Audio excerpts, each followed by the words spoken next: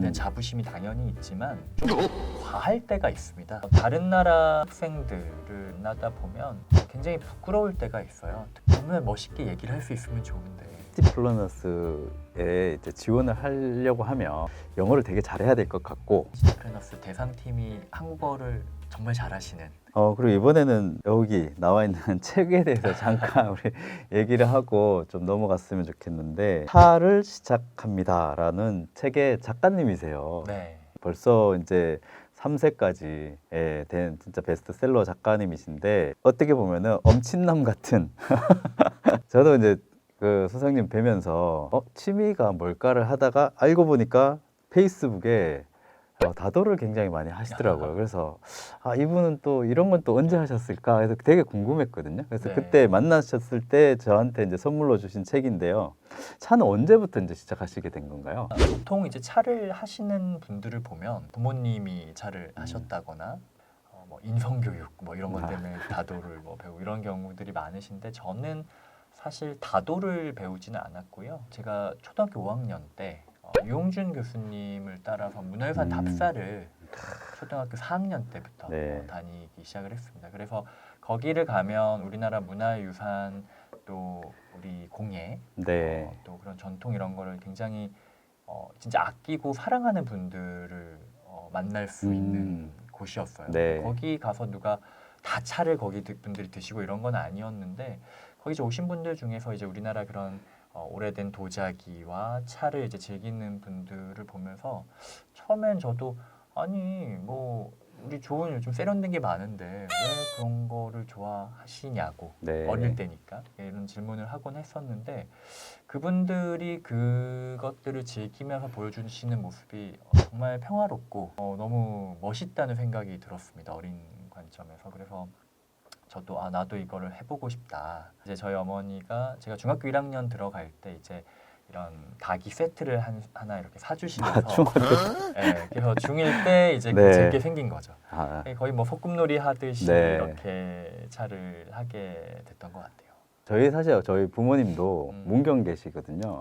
문경. 그러니까 문경에는 항상 그 그 박물관도 있고 도예박물관에 뭐 하여튼 그런 가마도 그럼요. 많고 해서 그냥 좀 익숙했던 것 같기는 한데, 그래서 저희 아버지도 가끔 뭐 하나씩 사오시더라고요. 네. 그래서 이제 저도 이제 차를 이제 마시기, 아버지 때문에 진짜 사실 제가 차를 굳이 내가 찾아서 마시진 않는데 네. 아버지가 이제 차를 좋아하시니까. 사실 그 유홍준 교수님의 나의 문화유산 답사기는 사실 저희 때는 거의 베스트셀러, 뭐 그쵸, 그렇죠. 필독서. 집에 누구나 이렇게 있었던, 그쵸. 한 권은 있었던. 그럼요. 전국을 거의 다 돌아다니셨겠네요. 답사를 그죠? 많이 다녔죠. 많이 네. 다녔고 뭐 저희 부부 결혼할 때 주례도 유용준 교수님이 네. 주례도 보셨고 인연이 있습니다.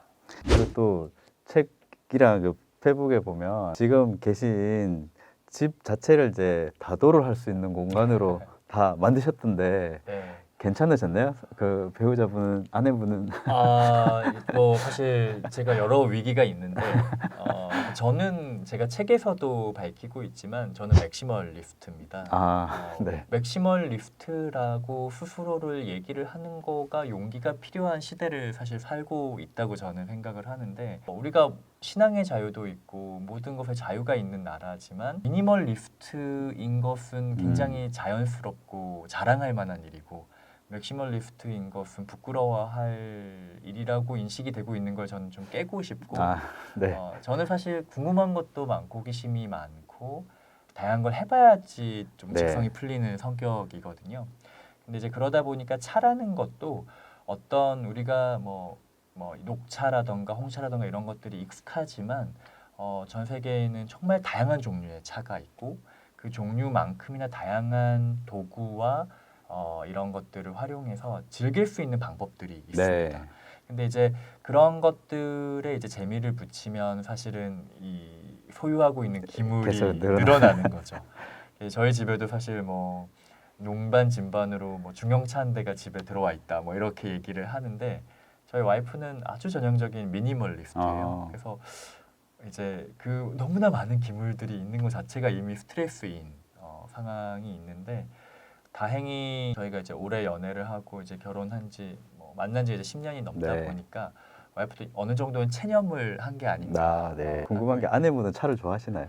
사실은 제가 우려주면은 마시는 정도였는데 사실 이 책을 내는 전후로 해서 제가 없어도 혼자 차를 마실 정도로 차에 조금 더 이제 발을 좀 더 들어오셨나요? 깊숙이 네. 담기게 됐어요. 제가 하루는 왜 갑자기 이렇게 차에 관심이 생겼냐라고 이제 질문을 했더니 그 시기가 제가 이제 한참 이 원고 마감할 때였거든요. 네. 근데 이제 와이프 얘기가 너무 감사했던 게 정말 이 글 쓰는 어떤 그 고통 속에 머리를 쥐어짜고 있을 때 와이프가 하루는 들어오더니 내가 차를 우려줄까를 하는 거예요. 오. 그래서 왜 그래 이러니까 지금 너한테 뭐가 가장 큰 위로가 될까 생각을 해보니 차를 우려주는 거가 위로가 될 것 같더라.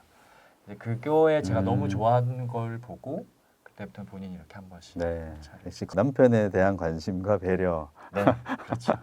사실 요즘 글로벌 시대고 또 국제 기구에 계시면 굉장히 다양한 외국 분들을 많이 만나시게 그렇죠. 되잖아요. 그래서 보면은 외국 친구분들도 사실 이제 국제 기구에 있으면서 많으실 그럼요. 건데 네, 외국 분들이 한국에 오시게 되면 그분들 종종 그럼요. 모시고 또 차를 네. 하시는 것 같아요. 그러니까 네, 그분들의 반응은 어떤가요? 한국 차를 이제 하게 되면. 저도 이제 한국인으로서 한국 문화에 대한 음. 자부심이 당연히 있지만 좀 과할 때가 있습니다. 제가 이제 비교해 봤을 때 네. 어느 나라나 자기 문화와 자기 것을 사랑하고 아끼는 건 있지만 각자가 다른 특성과 개성이 있다를 인정하는 정도면은 참 아름다운데 한국은 항상 우리께 가장 좋고 가장 오래됐고 가장 일하는 진짜 원조라는 것에 대한 좀 집착이 있는 것 같아요.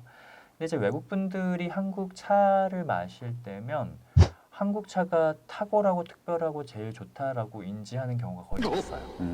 왜냐하면 한국 차 중에 제일 뭐 익히 알려져 있는 게 녹차인데 네. 중국, 일본에도 다양한 녹차들이 녹차는 있거든요. 있으니까. 그러면 네. 한국에도 차가 있네. 뭐 중국, 일본 차랑 뭐가 다른지는 잘 모르겠어의 경우가 많습니다. 그래서 저는 이제 그런 걸 워낙 이제 오랫동안 접하다 보니까 거꾸로 외국인들이 접했을 때 굉장히 감동하고 독특하게 여기는 한국 차, 또 한국의 이제 공예를 좀 보여주려고 오히려 조금 더 그런 기획을 하거든요. 네. 그래서 이제 뭐 차의 종주국이라고 할 수 있는 중국 같은 경우도 친구들이 우리가 차는 제일 오래됐지라고 왔다가 제가 홍삼을 가루를 내서 홍삼 가루를 이렇게 대나무로 이제 이렇게 격부를 해서 주는 말차, 아, 네. 홍삼 말차를 내주면 중국 친구들이 감동을 합니다. 오. 우리나라에는 이런 차는 없다. 홍삼이 너무 귀하고 좋은 거라고 알고 있는데 맛도 좋다. 그러니까 그런 서로의 다름과 특성을 좀 서로 이해하고 보여줄 수 있는 그런 좀 고민이 더해진 때 사실은 소통이 훨씬 더 윤택해진다라는 이제 좀 그런 경험들을 저는 해왔었고 관심이 있으면 네이버에 요즘 검색하면 다 나오니까 네. 근데 그것보다 차라는 걸 한 잔을 놓고 어떻게 우리가 대화와 소통을 시작하고 서로에 대한 이해를 깊이 할 수 있는가 좀 그런 경험들을 나누는 그런 거를 많은 분들이 시작해 볼 수 있게끔 하는 책으로 제 책을 보면서 사실 정독을 하면서 다 막 보지는 못했지만은 책에 그런 것들이 되게 인상 깊었던 게 저는 이제 처음 이제 차에 관련된 책일 거다. 당연히 이제 차에 대한 이야기들이 주로 나오는데 뒤로 가면 갈수록 차와 함께 뭐 와인에 대한 것들, 마리아주 관련된 이야기들도 맞습니다. 있고 차와 또 위스키 관련된 이야기들도 있고 그래서 굉장히 다양하게 이 융합하는 맞습니다. 그러니까 어떻게 보면은 요즘 사실 우리한테 제일 필요한 역량이 융합할 수 있는 능력이 있잖아요. 예, 그게 어떻게 보면은 몸의 베이스인 것 같아요. 그래서 궁금한 것들은 계속해서 콜라보 해보고 네, 테스트 해보고 그렇죠. 체크해보고 검증해보는 그런 어떤 호기심에서 출발하는 맞습니다. 그런 게 어떻게 보면은 이제 유엔 기구 같은 이런 국제기구, 오프나 같은 기구에 있으면서 정말 다양한 나라의 다양한 사람들을 만나실 거잖아요. 그렇죠. 예, 그래서 그런 부분에 장점이 아닐까. 자, 이번에는 저희가 그 유엔이 만든 그 UN SDG 지속 가능 발전 목표를 또 우프나에서는 어떻게 또 이뤄가고 있는지에 대해서 좀 한번 알아봤으면 좋겠는데요. 우프나가 그 UN SDG 고를 어떻게 이뤄간다 해야 되나요? 발전 목표가 이제 UN에서 이제 설정이 된 네. 거고 다른 많은 그 UN 기구들이 있는데 네. 우프나만의 차별점 네. 어떤 부분에서 이제 우프나는 그 UN SDG 고를 이뤄가고 있는지. 아, 네. 그리고 이 타이밍에 아직 UN SDG를 모르는 분도 있을 수 있거든요. 네, 네. SDG에 대해서 좀 간략하게 한번 설명 주시고 네. 그 차이점에 대해서 한번 설명해 주시면 되게 좋을 것 같습니다. 알겠습니다. 유엔이 1945년에 루즈벨트 대통령 때 2차 네. 세계 대전이 끝나고 인류가 이제 다시는 이런 참혹한 전쟁을 겪지 않게 하기 위해서 전 세계 이제 그런 각국의 대표들을 네. 모아서 이런 국제 기구를 만들었고요. 만들어졌을 때 가장 큰 사명은 평화였습니다. 평화였고 이제 그 이후에 인류가 공통으로 직면하고 있는 많은 문제들. 인권이라는 게 뭐 남녀, 인종에 따른 그런 불평등의 문제를 해결하기 위해서 세계 인권 선언이라는 거를 이제 엘리노어 루즈벨트 영부인이 네. 미국을 대표하는 유엔 대사로서 이제 그걸 주도를 하셨었고요. 근데 이제 그런 작업을 하다 보니까 1940년대만 해도 우리 같은 경우는 일제에서 강복을 맞이했던 시기였죠. 그렇죠. 돌이켜 보면 한국도 여전히 왕정에서 식민 지배를 받다가 갑자기 민주공화국이 된 그렇죠. 상황이었던 거죠. 그러다 보니까 전 세계에 뭐 독재 국가도 많고 왕조 국가도 많고 한 상황이어서 각국 정부의 대표를 불러서 얘기를 한다고 각국 시민한테 연결이 되지 않았습니다. 그래서 이제 엘리노 루즈벨트가 주축이 돼서 여러 유엔 관계자들이 각국의 유엔 협회라는 시민 단체들을 만들고 그 각국의 유엔 협회들의 연맹을 만들어서 각국 정부하고도 소통하지만 각국 시민사회하고도 직접 소통을 하는 기구를 만들자라는 네. 필요성을 느끼게 됐고 그게 유엔 협회 세계 연맹이라는 저희 월드 페더레이션 오브 유엔 어소시에이션스가 만들어지게 된 계기입니다. 네. 그래서 저희가 1946년에 유엔 창설 이듬해에 이제 만들어졌고 그래서 저희 같은 경우는 사명 자체가 유네스코라고 하면 교육과 문화라는 것에 목표를 네, 특화되어 있고. 특화되어 네. 있고 네. 유니세프라고 하면 아동에 아동. 특화가 네네. 되어 있고 WHO는 보건에 보건. 특화가 되어 있고 이제 그런 식으로 특화가 되어 있는데 저희 같은 경우는 각국 시민 사회와 유엔을 연결하는 교량 역할이라는 것이 저희의 이제 사명이라고 할 수가 있고요. 유엔에서 시민 사회에 어떤 메시지를 전하고 싶다. 그게 지속 가능한 발전이라는 것이다라고 할 땐 저희가 그 SDGs를 전달을 하는 것이고요. 인권일 때는 저희가 인권을 전달했어요. 그래서 이제 넬슨 만델라 남아프리카 공화국 네. 대통령 아파르헤이트를 종식시키면서 인권에 그걸 많은 성과를 이루셨던 분이 저희 우프나의 명예 회장님을 역임을 하셨을 정도로 네. 각 시대의 사명을 저희는 이제 대변하고 공헌하는 역할을 해왔었고요. 저희가 제일 존재감이 없었을 때가 냉전 시기였어요. 동서로 분단돼서 함께 아무것도 할 수가 없을 때 유엔협회 세계연맹이 굉장히 존재감이 약해졌었는데 그때 저희는 피카소, 살바도르 달리 그리고 앤디 워홀 같은 미로 같은 네네. 작가들하고 함께 유엔 우표와 석판화를 만들어서 평화를 이 냉전의 종식을 사람들에게 호소하는 그런 예술 프로젝트를 통해서 또 많은 동감을 이끌어냈었던 그런 기록들이 남아 있고요. 되게 어떤 중요한 역할이네요. 특히나 요즘 같이 시민 참여가 전 세계적으로 굉장히 필요하고 뭐 정부 주도로 뭐 개혁이나 이런 어떤 혁신 같은 것들이 일어나는 것도 있지만은 사실은 이제 시민들이 요즘 이제 글로벌라이제이션이 중요하지만 또 로컬라이제이션이 굉장히 중요한 키워드이긴 하잖아요. 그걸 가장 잘하려면은 시민단체랑 협업을 안 할 수가 없는데 맞습니다. 그걸 할 수 있는 유일한 통로는 아니지만 메인 통로가 되는 게 어떻게 보면 우프나이다. 우리는 보통 유엔에 대한 기대가 한국 분들이 되게 높은 경우가 많아요. 그렇죠. 그래서 특히나 이제 반기문 총장님도 계셨고. 유엔에 관심도 많고 네. 그만큼 기대치도 높고 또 기대치가 높다 보면 실망도 크기도 하고요. 그래서 사실은 유엔을 정부 위의 정부, 뭐 세계 정부라고 이제 이런 인식을 하면서 유엔 사무총장이면 세계 대통령이라고 이제 생각을 하시는 그런 경우들도 많이 있는데 사실은 그렇지는 않습니다. 그러니까 어떻게 보면 전 세계의 여론을 모아서 의견을 수렴하고 그런 공통된 목소리를 낼 수 있고 함께 어떤 공통된 규약을 만드는 역할이 사실은 국제 기구와 유엔에 부여된 이제 사명이거든요. 이제 그런 면에서 그런 목소리를 각국의 대표들이 당연히 기본적으로 전하지만 시민 사회가 갖고 있는 그 고민들이 있잖아요. 네네. 한국도 우리를 대표하는 지도자가 있지만 우리 안에도 여야가 있고 여러 의견들이 있는 것들을 함께 이제 보여줄 수 있는 것들이 필요한데 지속 가능 발전 목표라는 것도 우리 인류가 지속 가능하기 위해서 무엇을 전 세계가 함께 풀어야 하느냐라는 고민이 바로 SDGs가 나오게 된 배경입니다. SDGs라고 제가 하나 자꾸 붙이는 이유가 Sustainable Development Goals라고 저희가 보통 얘기를 하거든요. 그래서 17개 목표가 네, 있고요. 17개 목표라고 하면 굉장히 많아 보이는데 보통 저희가 5개의 P로 요약을 합니다. People, Planet, Prosperity. 그래서 인간, 네. 환경, 그리고 번영 이라는 3개의 P에 저희가 15개의 목표가 들어가 있고요. 이 모든 목표들, 뭐 빈곤, 양성평등, 뭐 해양오염 이런 것들에 대한 15개 목표를 정말 열심히 잘 우리가 수행을 하더라도 평화가 깨지면, 피스가 깨지면 모든 게 잿더미로 돌아가죠.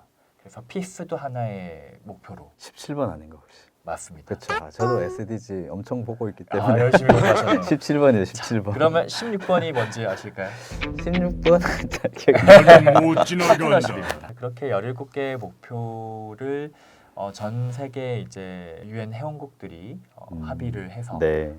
2015년에 이제 발효가 됐고요. 그 합의에 이르기까지 시작점이 1972년으로 저희는 보고 있어요. 50년 동안 그 공감대를 이끌어내 온 거죠. 환경에 대한 우리의 관심과 노력이 필요하다라는 공감대를 만들어서 유엔 환경 계획이라는 거를 72년에 만들었고 80년대에 우리 공동의 미래, Our Common Future라는 개념이 브루틀란 보고서를 통해서 나오면서 이 Sustainability라는 개념이 발전을 해온 역사가 있습니다. 우리 5천만 명의 합의를 만들어내는 게 얼마나 어려운지 어렵죠. 매일매일 목도하고 네. 계시잖아요. 80억 명의 인류가 서로 다른 목표와 이해관계를 조정하는 과정이라서 비판을 해서 쓸모가 없다. 뭐 갖다 버리자가 아니라 이러한 어려운 문제를 어떻게 더 잘 풀 수 있을지 함께 조금 더 따끔하게 질책도 해주시고 네.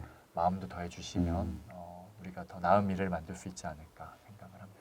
특히나 저도 이제 최근에 이게 SDG 관련돼서 기후 위기 관련돼서 많이 좀 공부를 해보려고 해요. 그래서 최근에 이제 인코 아카데미라는 곳 통해 가지고 그린 디지털 스킬 수료증도 받았고 그래서 네. 공부를 하다 보니까 제가 너무 몰랐던 거죠. 네. 기후 위기 관련돼서 너무 몰랐고 미래 일자리 그 챗GPT 2030 미래 일자리 관련된 책을 쓰면서 미래 일자리가 어디서 나오는지를 계속 공부를 하다 보니까 대부분의 미래 일자리들이 UN SDG와 연계되어 있는 일자리들이 굉장히 많이 만들어지고 있더라고요. 네. 그래서 관련해서 전 세계 많은 청년들이 이 시티플래너 프로젝트에서 스타트업으로 참여를 하게 되잖아요. 그러니까 청년들이 SDG에 관심을 가지면 어떠한 일자리를 얻을 수 있고 혹은 이걸 통해서 내가 창업을 할 수 있는지 이런 부분에서 좀 조언 주실 수 있을까요? 이런 얘기를 잘 해야 사실 유엔에 대한 관심과 네. SDG에 대한 관심이 높아질 텐데 이게 항상 문제는 허위 과장 광고는 조심해야 하시더라고요. 그래서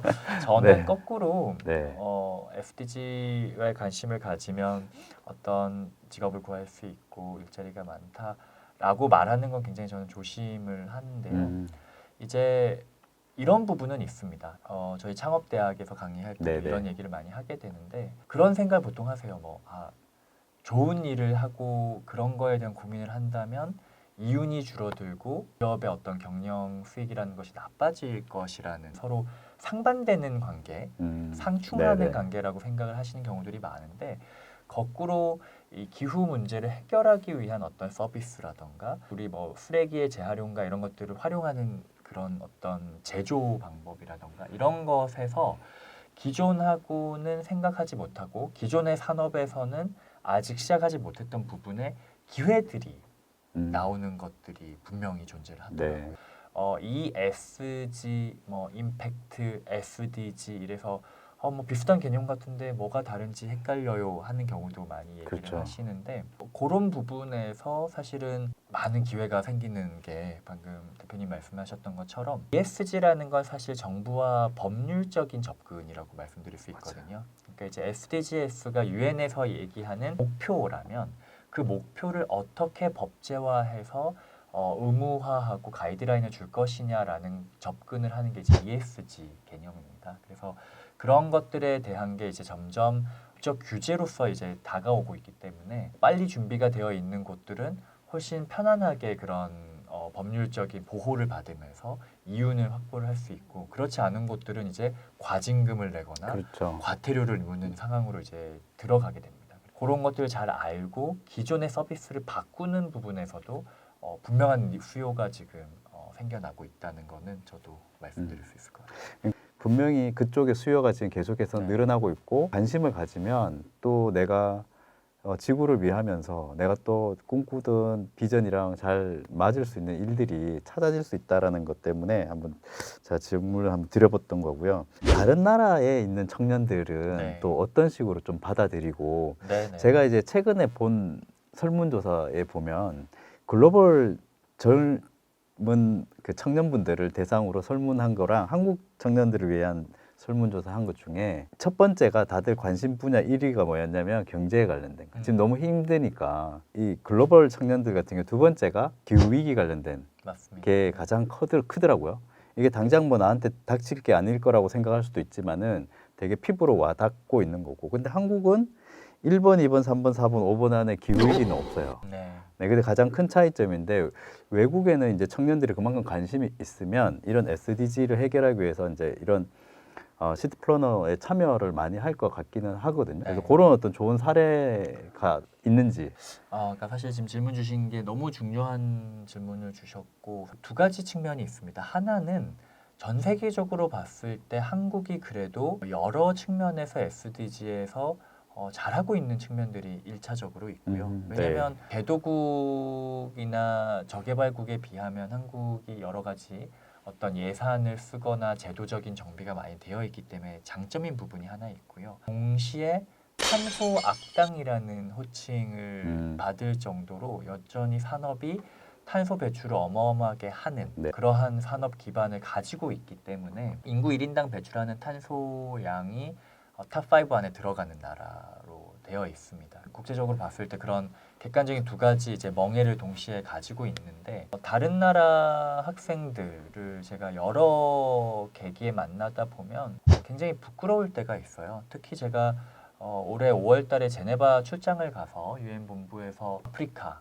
네. 이런 데서 온 학생들하고 만나 얘기를 할 때 이 학생들이 정말로 눈을 반짝이면서 한국이 이룬 경제 성장과 그리고 이런 기후 변화 속에서 대응하고 있는 거를 보면서 정말 많이 그 경험이 궁금하다. 한국은 정말 우리 같은 저개발국에서 산업 성장과 모든 걸 이뤄냈고 민주화도 이뤄냈고 그러면서 이제 앞으로 기후 변화에 대해서 또 어떤 노력들을 하고 있는지 얘기를 들려달라라는 얘기를 하는데 그 친구들한테 제가 할 수 있는 얘기가 너무나 멋있게 얘기를 할 수 있으면 좋은데 우리 청년들 그리고 우리 정부가 그동안에 해왔던 어떤 산업화나 민주화의 과정처럼 기후 변화에서 선도적으로 어떤 역할과 혁신을 이뤄내고 있는가라는 점에 대해서는 사실은 아주 좋은 점수를 주기가 어렵고 뭐 시티 플래너스라는 건 저희가 한국에서의 프로그램이라기보다는 같이 글로벌로 하고 글로벌, 있는 프로그램이라서 이제 그런 경험들을 통해서 저는 이 정부와 지방자치단체들한테도